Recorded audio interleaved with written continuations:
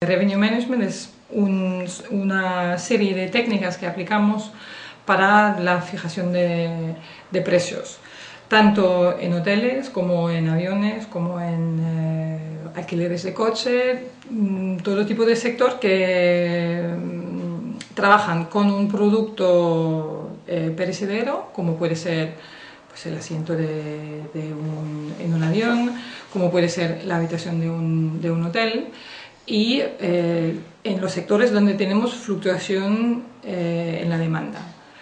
A través del análisis de datos, de ocupación, de tarifas medias, definimos, no solamente para hoy y la semana que viene, pero para muchos meses en el futuro, definimos estos precios según la demanda.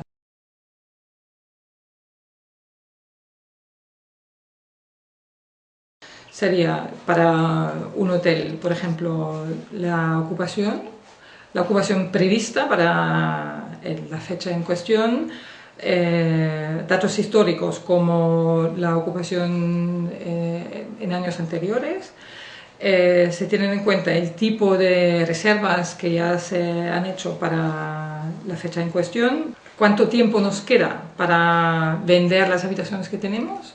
Entonces, no es lo mismo fijar un precio para en 2 semanas que para en 3 meses, donde nos queda mucho tiempo para pues, o lanzar promociones, subir precios o cambiar los precios.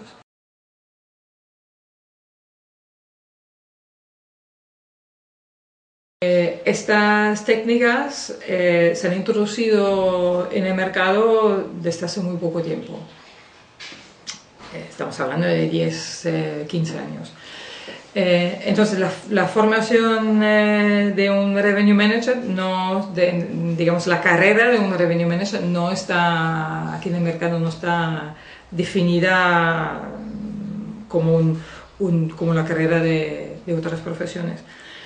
Debería pasar por una experiencia en reservas, en el departamento de reservas y comercial de un hotel, para entender todos los procesos de cómo nos llega a la reserva, en qué segmento se hace, aspectos técnicos de sistemas, etcétera, etcétera. Tiene que entender cómo se hace una reserva para luego poder analizar los flujos de compra y de demanda.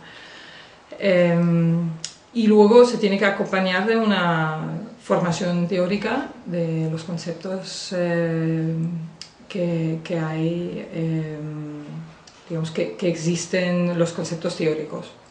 Esto se puede hacer actualmente a través de cursos online, cursos presenciales, que se ofrecen en el sector.